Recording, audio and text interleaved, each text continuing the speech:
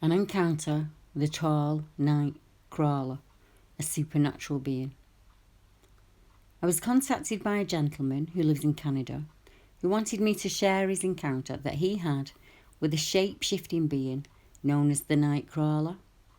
Now, he's done an extensive amount of research into what he saw that night, so much so that I've included a link to it below the video, and I'd advise you to check it out. Here's his encounter in his own words.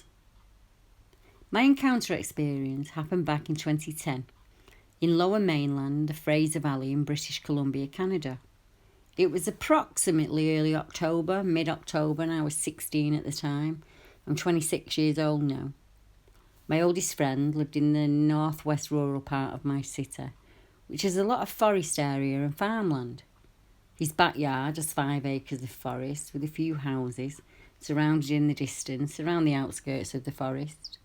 We would go and explore the forest all the time because it was quite mystical and it was a really cool place to wander. This one time, me and my friend went outside to his forest with his dog, like we'd usually do in the daytime. But this time we went there at night. We were in his backyard forest about 1 a.m. to just go and explore.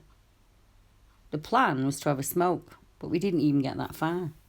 We were completely sober when we saw the being, and it was much later at home before we finally did get that smoke.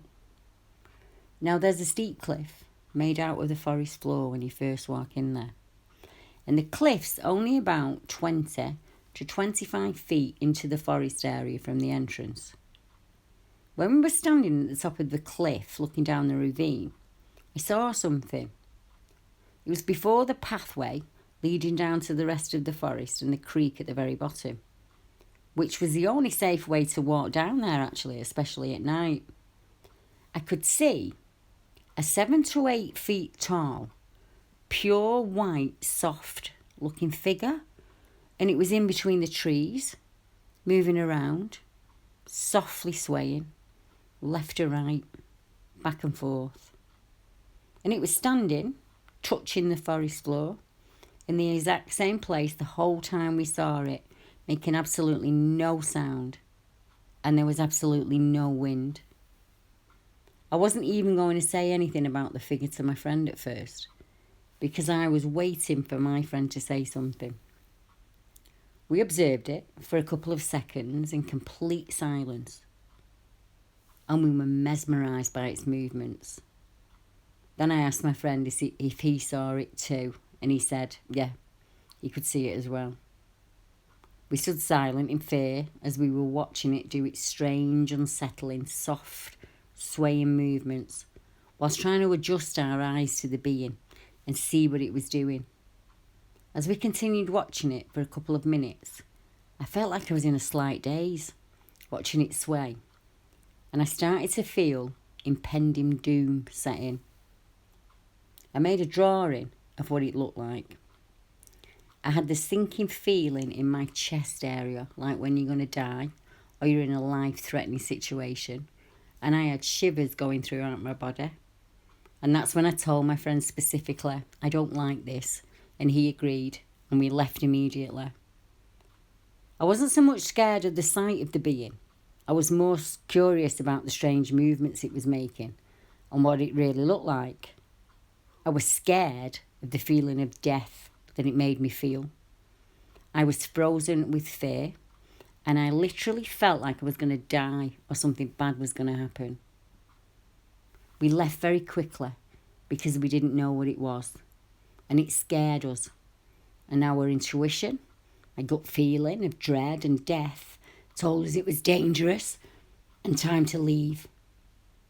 We didn't want to go and check out what it was or approach it, and I knew it was time to leave. I remember my friend yelling something at it because he could tell that his dog was scared, and I'm entirely positive the dog was whimpering throughout, and the being was just still, swaying back and forth, left to right, between the trees, in the same exact spot the whole time. Almost immediately after we got out of the forest, it felt like a huge weight had been lifted off my shoulders, and the feeling of dread pretty much left immediately. The supernatural being was just a set of white, long limbs, which seemed to be at least 7 to 8 feet tall from when we were standing. It was about 30 or 40 feet away below us. It was around the pathway we would have taken down to the rest of the forest. It was not a trick of the mind, an optical illusion or light. There was no light or moon shining in the forest because it was filled with tall pine trees and other vegetation at varying heights. It was not a spider web or any sort of garbage. We went back in the morning when it was daylight and we saw nothing out of the ordinary. His forest is in pristine condition because no one ever goes in it. There's no garbage or signs of humans in there. There were no houses close enough to give off any light or give off a shine through the trees, and this beam was not see-through. It looked like it was almost solid, but it was very ghostly or spirit-looking as well. It had an upside-down V or a U shape, and it had no facial features, no head at all from what we could see in the dark. It was so white, it looked like it was almost shining, but it wasn't giving off any light or any sort of illumination. It didn't illuminate the ground or the trees around it. You could see the shadow being cast while it was swaying in the pitch black forest like it was a real animal. It looked solid enough to the point where you couldn't see through it at all, and it was solid white. It appeared to be 3-dimensional. It looked soft and kind of shiny, and it was swaying left to right, right to left, with its 2 really long arms. It looked bulky and strong at the top and shoulder areas and where the head would have been, but there was no head that I could see. The 2 long arms or legs almost looked like the front view of an ape crawling on all fours would look like, as if they were hunched up tight in the front. The best way I can describe it is 7 to 8 foot, thin, separated curtains in the shape of an upside-down V or a U, touching the forest floor and swaying left to right, back and forth, in a specific motion, with no sound at all, absolutely no wind, dead silent. Its movements were psychedelic and sort of hypnotising, and it was soft. There's a film called Hereditary, and in it you see a spirit called Charlie, and he enters Peter's body.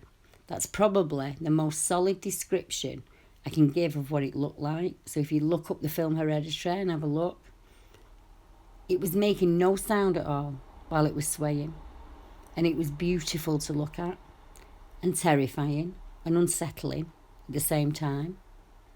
And that's why it was so astonishing to look at. It was almost angelic. There were absolutely no sounds in the forest. It was dead silent while it was moving back and forth, back and forth.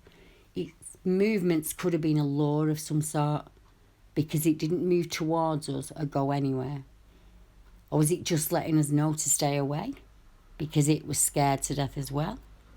Or it just didn't want us to disturb it? It was literally something you'd see in a science fiction horror movie. There are absolutely no animals in northern British Columbia, Canada, or the rest of Canada and the US that look close to what we saw that night.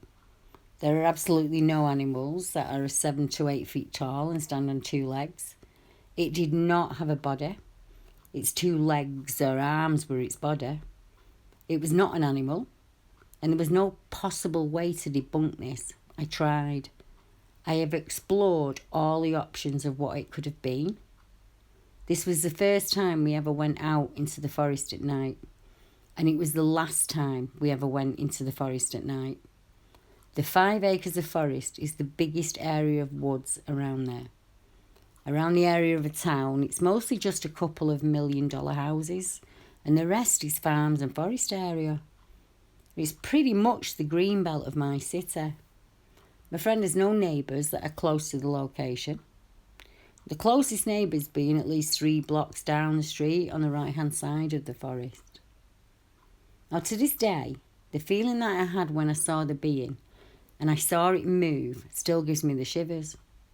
The fact that we went out to the forest at that time, really late at night, and happened to see that freaks me out as well, because it was clearly meant to be seen by us. If we went out any later or any sooner, we might not have seen it in the forest at that moment of time. Like I said, I didn't have to point out to my friend where the being was.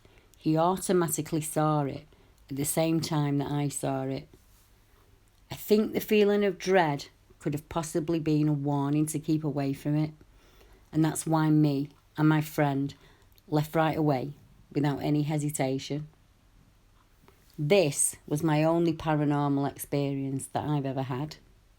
There was no paranormal activity that I experienced when I'd go to my friend's house or on his property or in the forest besides this one experience. But now that I think back on hanging outside there and exploring the woods, there is something special about the whole location. I understand a lot of people are scared of these types of things and they don't want to believe that they exist. But you would have to be there yourself to understand what it looked like. You needed to see the creeping movements and feel what I felt. Seeing one of those beings up close is a spiritual experience that you need to experience and see for yourself to really understand what it's like. We have scaled my friend's forest, including the area where we saw the supernatural being, at least 20 different times on different days beforehand without seeing it. We went back the day after to the exact spot where we saw the being in the forest and noticed nothing out of the ordinary. We both knew that it was some sort of being and it was something we shouldn't have been seeing or attempting to go up to. These specific beings go by the name Sisiutl and various other names from different indigenous cultures that I've learnt since. I will never forget walking out of that forest that night, and I will remember it for the rest of my life. I've looked all over the internet and Reddit for encounters that were identical to mine and my friends, or even similar, but there are absolutely no encounters like ours out there. I sent you a video called the Fresno Night Crawler, and it doesn't have any sound. And the reason I sent it, Deborah, is because I included this so the people would have an idea of the movement. Now, I did mention it again to my friend about 2011, so I would have been 17 at the time, and I dug up the conversation in my Facebook messages. I clearly hadn't spoken to my friend in a while, and I said to him, I can't stop thinking about the figure we saw in the forest. The feeling I had when I saw it was death. He states he's never been as scared since. He was worried to tell anyone about it, and he was mesmerised by its movements. I even asked if it could have been a bear or a yeti, but there was no way it was either of those, and he agreed. I am now well aware of the Nightcrawler videos. I wasn't aware of the videos until a couple of years after my encounter. I've seen the Fresno Nightcrawler video many times. The movements look way more terrifying and psychedelic in real life compared to the videos. And it looked a lot more ghostly or spirit-like. It was visually stunning, haunting compared to the videos, and something you would have to witness or experience for yourself. The one we saw stayed in this same exact spot the whole time we saw it. It did not walk anywhere like the ones in the videos, and there were some differences in the appearances. I recently sent our experiences and the drawing I did of the being to someone that was a First Nations who lived in BC not too far from me, and he knew what it was straight away. He told me what the name of the being was in their language, and he showed me their culture's high status symbol for it, which was a double-headed serpent shaped like a U, with an additional double-headed serpent with horns on the back and the head. And I was told to flip this symbol upside down, because it represents the beings. I was told a little bit of other information, and he told me to make a specific burial offering. He did some recent research based on what he told me, and I found out some of the other various names, different names that the First Nation cultures call the night crawlers here in BC, Canada. I was also told by another First Nations person that lives in the same city as me, if you do go outside at night, don't eat or drink anything. Ask before you enter the forest, and it's best to keep your distance from them. I showed an artist our experience and the drawing I made, and he said, "We, in our region, know it to be a shapeshifter. You're lucky it had no face, as we also know that to make eye contact with it would turn you to salt."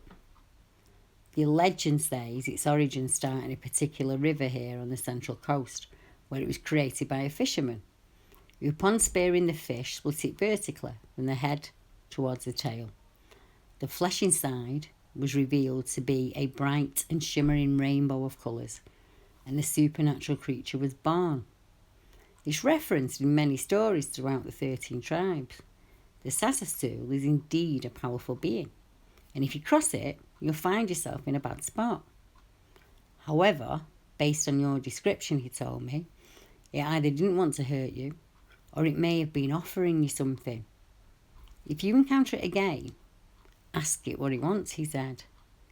Gauge the situation. Feel it. And if you truly feel it's malicious, then by all means, don't stick around. Take someone with you. Some entities are sly, and it may attempt to entice you into something unsavoury. Now, sadly, I do not know enough about Native American law to give an in-depth description of these beings.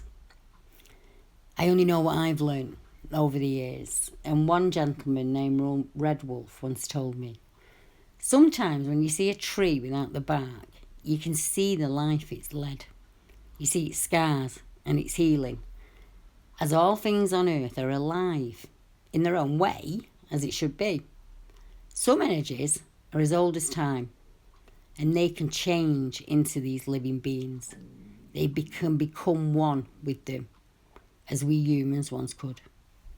There are many names for the energy that does this, from Kushtikar to Sealke, very similar to the English Selkie or water horse. Now, the name's not important, he said. Understanding the beings and what they want from us is what you should be looking for. Red Wolf explained to me that it's not just humans who have feelings and emotions, who yearn and demand. All living things are the same. Some living beings choose a darker path, and they feed on emotion. It increases them. It brings them to life in a more powerful way. There are energies that can transform at will into your worst nightmare. They become the thing you fear the most. They will appear as the thing you fear the most, and they will drink on the fear that you exude from that encounter. Some of these beings are as old as time. Some come from other worlds within ours. Some are cosmic sent, and they come to trick or deceive you. They will appear in female form to entice you, or take the form of a lost love or a departed loved one. They will entice you with flickering lights and lead you deep into forests or caves, and they use your inner darkness to charge themselves. Honestly, this confused me, as on many occasions, some of the things I see don't scare me. I draw comfort from them, kind of strength and clarity. And then I remembered an earlier lesson that you told me about life in its basic form. All energy has an opposite. So for every nightmare out there stalking the weak, there's another kind, the kind that heals and helps and grows with positive input. It's dark and light, hot and cold. The choice in the end lies within all of us, whether living human or energy orb, ancient deity or dimensional traveller. What we crave and project is what we attract. Fear builds on fear, keeps you trapped. Jealousy and hate work like poison. The boys who witnessed the shape-shifting nightcrawler did not ask for that to happen. They had no choice in it. The event will no doubt stay with both of them for the rest of their lives. They can't rewind time and face the event with new knowledge in hindsight, and can't change one single microsecond. The only choice they have is how they deal with it going forward. It is different for everyone. Each witness to a terrifying event finds their own way. What is important is you make the choice to move on from it. Now, we'll always be witnesses to impossible things that will bring fear and doubt in abundance. But that doesn't have to define us. If we experience this horrifying event and made it through, then we can tolerate and achieve anything.